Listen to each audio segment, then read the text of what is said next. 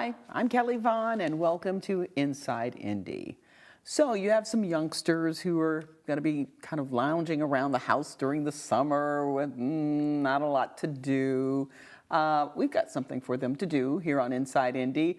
It's a multimedia, in focus media and arts camp, right? And here to tell us about that, to take the kids to camp, a media camp, is Pastor Brian Hudson of New Covenant Church here in Indianapolis. Welcome to the show. Thank you, Kelly. Tell us about this camp for kids. Well, this is a unique camp in that we are doing some really high-level production for young people. We do video production, digital music, we do photography, 3D and graphic design. And our website will show samples, visionmultimedia.org, samples of the PSA, short films, great photography. The music loops are amazing. And it's really remarkable to see what these kids do year by year. Okay, now how old are the kids who participate in this particular camp? The program's open to ages 11 to 18. The sweet spot is 12 to 16. We see a lot of kids in that age group. But we get, about 30 kids for the whole summer. It's a small program by design. And we do 1 week sessions, 1 week, 2 workshops per week. They can come 1 week, 2 weeks, or all 4 weeks and take different workshops each week to get the whole experience. Okay, so give me an example of what, like the 4 workshops, what are they? Tell us about each one of them. Well, for photography, we have, of course, instructors, in fact, who are either college students. Sometimes there are teachers who are working with us in the summertime or professionals in the field. We use Nikon, Canon, and Lumix cameras, professional cameras.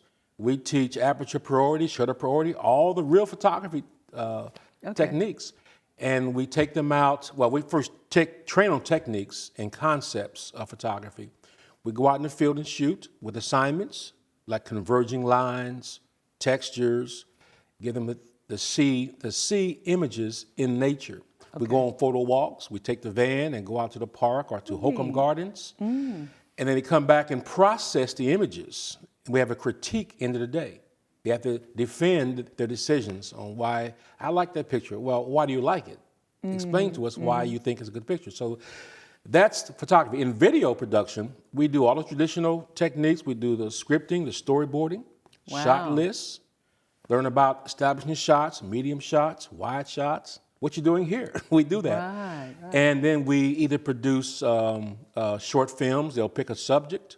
Nice. For example, they've done short films on subjects such as fear, how to overcome fear or bullying.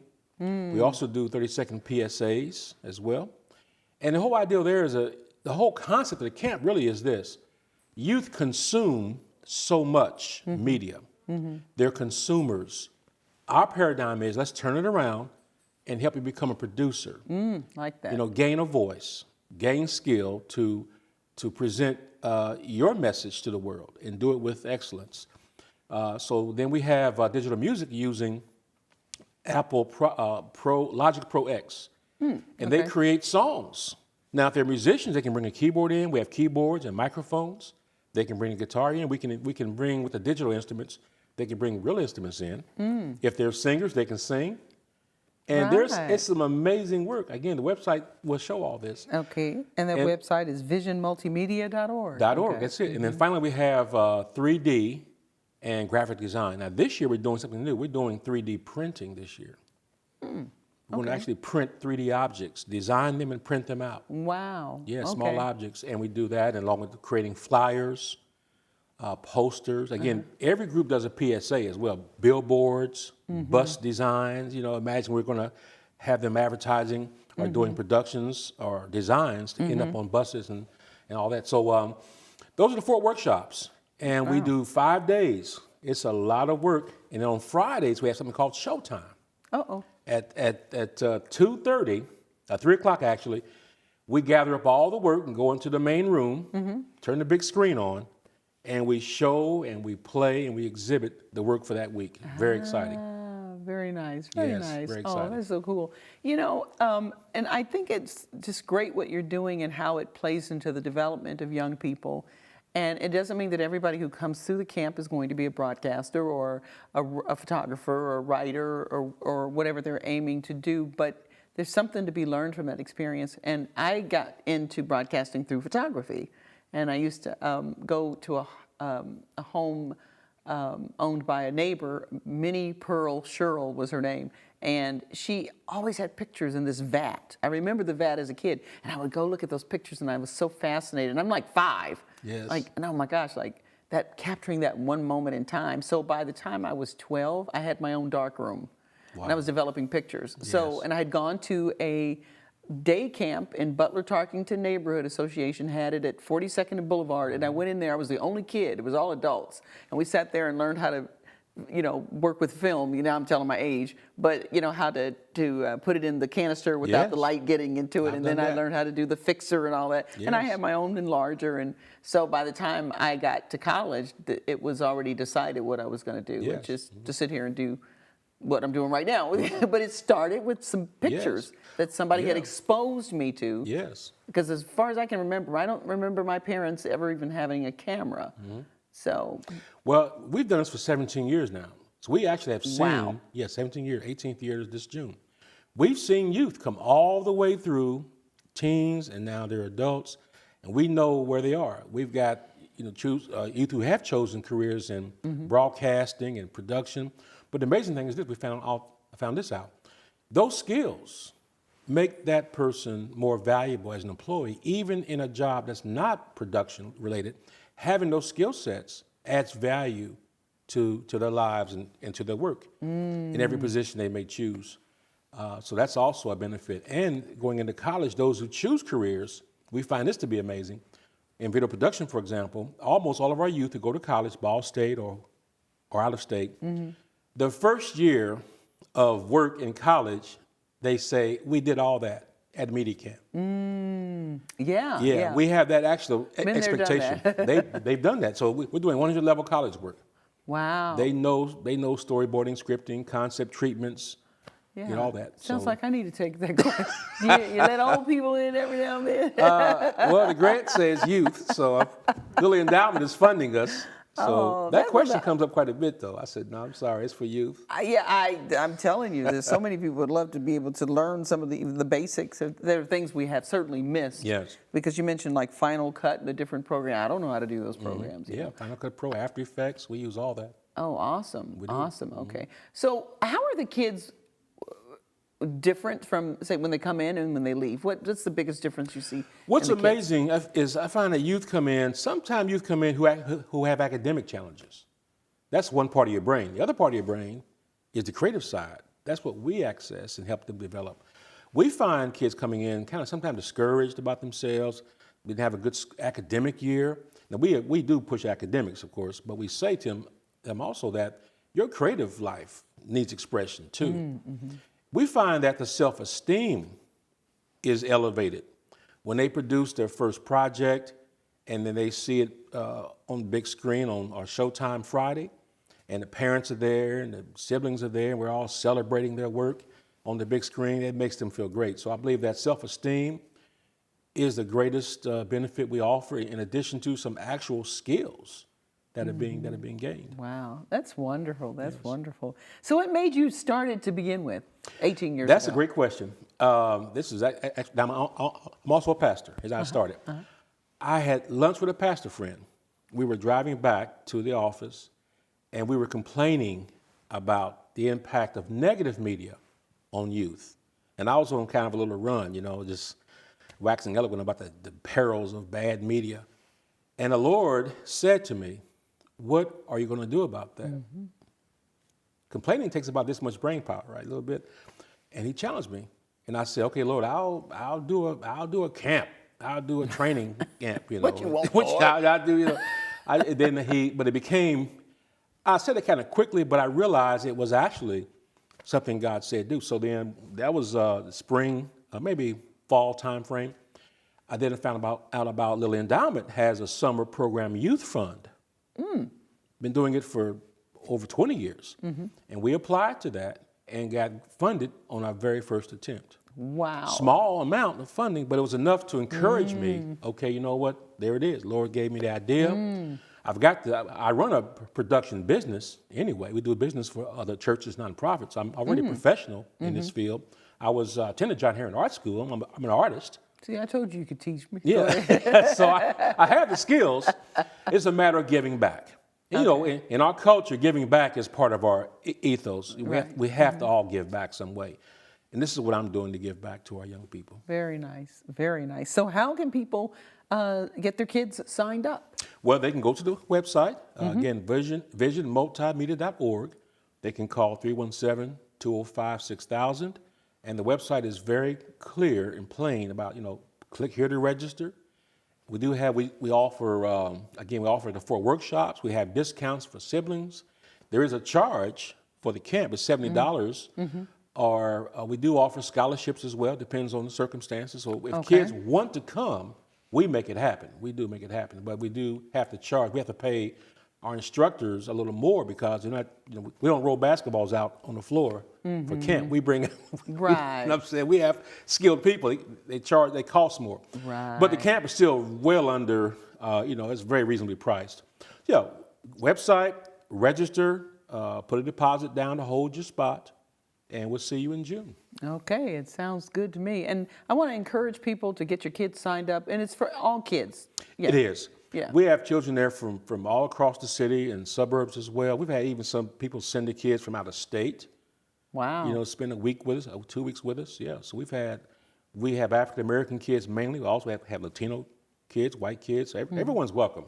And by the way, it's not, even though it's at a church, we don't have, it's not a faith, but it's faith-based. And we pray in the morning, but no one's required to pray. We don't preach or require. We've had Muslims in the workshops, so we don't have any restriction about people coming in. Okay, Yeah, so everybody's welcome. Everybody's welcome, absolutely.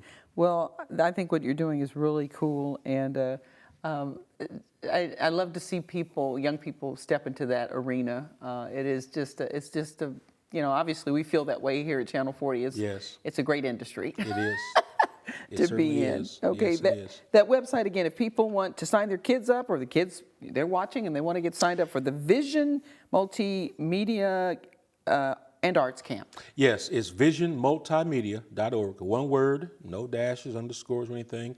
Visionmultimedia.org. Okay, sounds good to me. Pastor Brian Hudson of New Covenant Church here in Indianapolis. Thank you. Thanks so much for joining us. Thank you, Kelly. On Inside Indy, and we'll be back with more after this.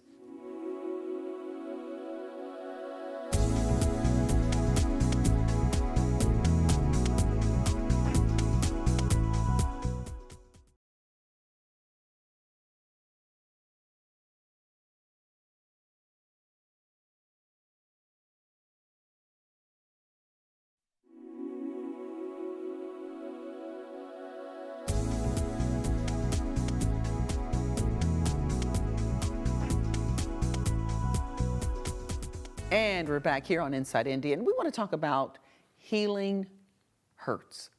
And we have a group of people in the studio with us. We have a collection of people here to talk about how to heal those hurts, whether you're going through something or the hurts in our community. And they are Jane Slayton, who is Pastoral Care and Outreach Director for Our Lady of Mount Carmel, right? Yes. Welcome to the show. Thank you. To my right, Rick Doyle, Stephen Ministry Leader, which is the Stephen Ministry. We'll talk about that and explain to you what that is all about. We have Laura Cole. Hi, Laura. Hi, Kelly. She is with the Stephen Ministry. She's the leader there for Our Lady of Mount Carmel. And then Jim Kolstad, who's also a Stephen Ministry leader. Welcome to the show. Well, thank you. Glad to be here. So Jane began by telling us what the Stephen Ministry is. It is exactly what you just said. It's a healing ministry. Stephen Ministry is a listening ministry. It's one-to-one, a woman with a woman or a man with a man. And basically you come with some kind of loss, whether it's a loss of a marriage or loss of a spouse and through death, or loss of a job, or maybe your last children just left the nest. It's basically mainly loss of some kind. And they get together with this minister, and the minister listens. The Stephen minister listens to them. And it's probably the one moment in your life where somebody will truly listen to you and glean everything they can and learn from you, but not try and fix you. They'll let God fix you So one of the little slogans is that Stephen ministers are, or what? Tell me, Rick's the one that remembers this. We are not the cure. Right. We are the caregiver, but not the cure giver. Not the caregiver. God's the caregiver, and we are the caregiver. There's Okay. one point I would like to mention, Kelly, to that is we're also considered like the after people. You know, after, you know, you go through the funeral, or after you have had your family there to support you or whatever, and then, you know, everybody goes on and does their life, and here you are still by yourself, and you need someone to just be with and someone to listen to you. And you keep bringing up that word, and listen. And I want to ask Jim this. How do you listen without trying to fix someone? Because it's very tempting to do, right? Yes. It is, I think, especially for us guys, because we always want to get to the end, fix something. And I haven't found it extremely difficult, but at times you have to just bite your lip. But listening, the more you listen, the more they share about themselves from their heart. And over time, they start seeing themselves in a different light. And if there's issues that they need help, that we can find resources to help them in those issues. And sometimes it may be a couple months. In some cases, we've had care receivers where it's a couple years. Wow. So you can't be in a hurry. You have, the saying I like to use, it's hard for me to do, is let go, let God, and let God do the healing. You just are there as part of their, to help them and just to listen to them. And it's amazing, after several sessions, you become closer and they trust you more, and they will share things with you that they maybe never shared with people before. And just hearing themselves talk about it, I think, is part of the healing process. If I could add, when we're young, we are expert listeners. We learn how to talk, and we watch people, and we listen to how they use words, and we focus so much of our early development in terms of listening. But as we get older and as we get into high school, we learn to tune people out. And we no longer are experts at listening. And it takes a while for a Stephen minister to really retrain themselves in listening skills, because the focus is not so much on what am I going to say next. It's so much on what the person you're listening to is saying. So, and what does that training entail? Like, and how long does it take to be trained to be a Stephen leader? It's, well, Stephen minister, a minister, it takes 50 hours of training. And they learn things like confidentiality is a huge thing for us. Listening skills, as Rick had just mentioned. Feelings, understanding feelings, which is sometimes where we lose the men. It's interesting because it's a difficult thing. Whoa, we're going to talk about feelings? Yes, we are. We're going to talk about feelings. Yes, we We're are. going to talk about not leading our lives by our feelings, but feeling them and, appreciating them and letting them go. But we're going to talk about boundaries, about assertiveness, not being a doormat, not being somebody that, knocks somebody over with their opinion, but just assertiveness. One thing that's very important, and it goes with what Jim said, is we learn about process care versus result-oriented care. And that is, staying process-oriented is what we're all about. So we're not looking for result. We're not going to make a T-scale and say, what are the pros and cons of staying with your husband? We're not going to do that. We're going to just listen and let people work it out. And it's tried and it's proven, and it's actually a genius ministry, this Stephen ministry. We have a lot of ministries at Our Lady of Mount Carmel. Stephen ministry is just genius. It was written by a Lutheran pastor, and he's also a psychologist, Kenneth Houck, it's out of St. Louis. And so this is a non-denominational ministry that's brought into a lot of different churches. And it's so beautiful. Some of the other, mention some of the other classes, Laura. Well, one of the things I was also going to mention about that, it's, we're not there to tell anybody what to do. We're not counselors. But it's amazing that how the Holy Spirit works in the relationship, because you can be listening to all of this and then they're figuring themselves out while they're talking. But you can say one kind, encouraging word to somebody or a statement, and it's not really your own words, it's the Holy Spirit speaking through you. You're like the vessel for the Holy Spirit. And you'll leave and you'll just feel so blessed yourself that you had the opportunity to be in someone else's life, and so, for someone to trust you enough to share their lives and their hurts with you. But you're blessed as well being the minister, because you can feel God working in the relationship. And that's the beautiful thing about Stephen Ministry. Oh, that's powerful. It almost sounds like, though, it would be a good course workshop to take just for anybody to become a better listener, because we all come into situations where we are playing the role that you play with people who come to you. So whether it's a friend or a family member who's going through something, and it just sounds like it would be a good idea just for anybody to do this, right? You got it. It's good. It's good for parenting. It's great for marriages. It's great. It's great for every relationship that you're in. It does. It makes us healthier to be a good listener. So how does someone step into the role that you play now? How do you become a Stephen Ministry leader? That's a good point, and it's a serious issue. Actually, we just talked about that we need to pray for our next leader and who that might be. A leader, what the leader does is we have supervisory groups where all the ministers meet, and we talk about what we're doing in the relationship. So, we don't play God in people's lives, and we stay on the right path, and we don't start fixing people and things like that. So the person that's a leader would be a person that would facilitate that group, and for that Stephen minister to come to one-on-one to talk about their feelings and what they're going through, to lean on, to come up with continuing education, so we continually build on our knowledge about different injuries that happen and how our mind works and how we wrap ourselves around that, and about our religion and how religion plays a role in the healing of a person.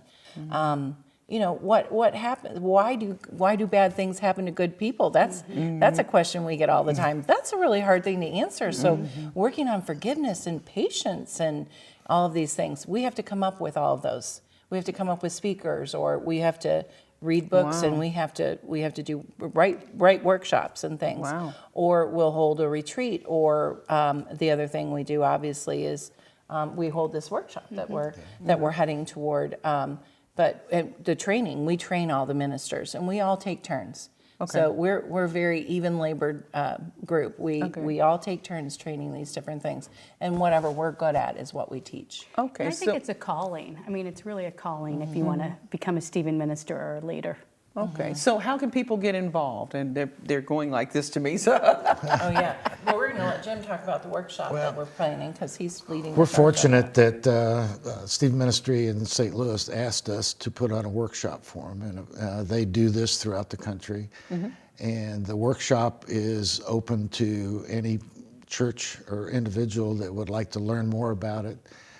And it'll explain, it starts off through 3 sessions, starts off with talking about grief, kind of sets the tone of the people that are hurting, and then it gets into the Stephen Minister series that kind of explains how the Stephen Ministry process works to help people that are in need, and then it ends it up with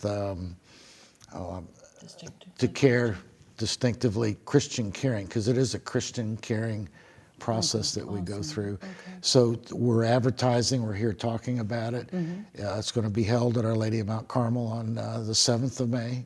If people are interested, they can get online, look at Stephen Ministry, and there's a process you can go through to register, or they can call our parish, and we've got people that can answer those questions. Okay, so go to stephenministry.org/workshops if you want to know more. So Jane, Rick, Laura, and Jim, thanks so much for joining us. Well, thank Thank you. you. On Inside Indy. And thank you for joining us.